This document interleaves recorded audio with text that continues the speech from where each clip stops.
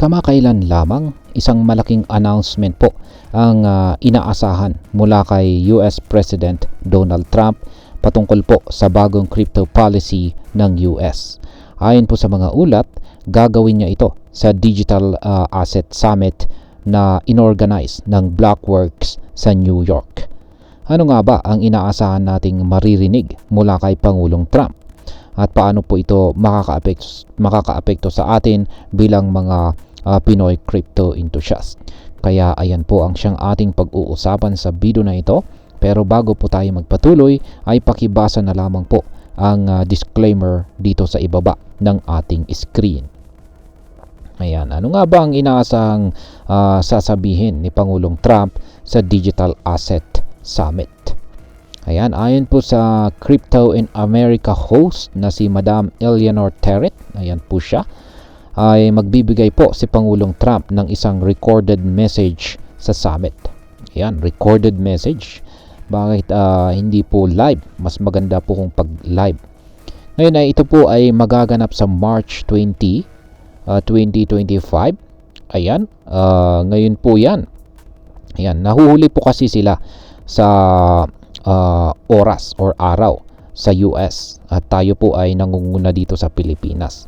Kaya malamang ay nagaganap po ito sa kasalukuyan. Ayan, ito po ay nasa 10:40 AM ng Eastern Time. Kaya ayan, sa kanyang talumpati ay maaari pong ipahayag niya ang susunod na mga hakbang ng kanyang administrasyon patungkol sa crypto regulations at iba pang mga patakaran. Dahil dito magiging si Trump ang kauna-unahang US President na nagsalita sa isang crypto conference habang nasa pwesto ito. Ngunit ito po ay hindi unang pagkakataon na nagpakita siya ng suporta kay Bitcoin at sa iba pang mga digital assets. Noong taong 2024 na Bitcoin conference ay inilahad din niya ang kanyang plano na magkaroon ng Bitcoin reserve para sa US. Ngayon ay ano po ang mga crypto policies na naipatupad ni Pangulong Trump? Mula nang maging presidente po si Pangulong Trump, paulit-ulit po niyang binabanggit ang kagustuhan niyang gawing global leader ang US. Ayan, sa katunayan ay nakapaglabas na po siya ng 2 executive orders kaugnay ng crypto. Una ay ang pagtatatag po ng Crypto Working Group. Isa po itong grupo na nakatutok sa paggawa ng tamang regulasyon para sa cryptocurrency. Pangalawa ay ang pagtatatag naman po ng Bitcoin Reserve at saka Digital Asset Stockpile. Plano po ng gobyerno na magkaroon ng malaking pondo ng Bitcoin upang mas mapalakas ang ekonomiya ng kanilang bansa. Bukod pa rito ay may mga ulat din na may isa pang executive order na kanyang ilalabas na may kinalaman po sa crypto debunking. Ang crypto debunking ay tumutukoy po ito sa mga problemang kinakaharap ng crypto industry sa pagkuha ng banking services. Marami pong bangko ang nagiging istrikto sa pakikitungo sa crypto businesses, kaya naman maaring tugunan ito ni Pangulong Trump sa kanyang bagong announcement. Ngayon ay ano po ang kahulugan ng pagkakaroon ng Bitcoin Reserve ng US? Yan, sa mga hindi pa nakakaalam, ay ayan, sa Digital Asset Summit ay muli pong pinagtibay ni Boo Hines. Yan, Boo Hines. Siya po ang executive order ng President's Council of Advisors on Digital Assets, ang interest ng administrasyon ni Pangulong Trump sa pag-accumulate pag-iipon ng Bitcoin. Ayon sa kanya ay nais po ng gobyerno na makakuha ng mas maraming Bitcoin para sa kanilang reserve. Ngayon kung matutuloy ito, magiging isa ang US sa mga bansang may opisyal na hawak na Bitcoin. Kasunod po ng El Salvador na una nang nagdeklara ng Bitcoin bilang legal tender.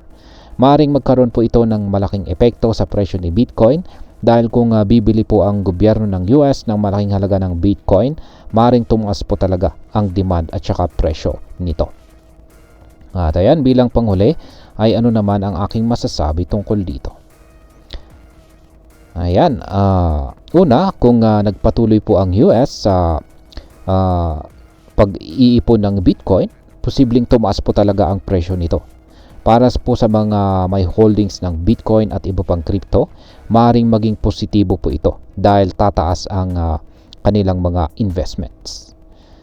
Pangalawa ay kapag naglabas po ang US ng malinaw na crypto regulations, maaaring maimpluwensyahan po nito ang iba pang mga bansa.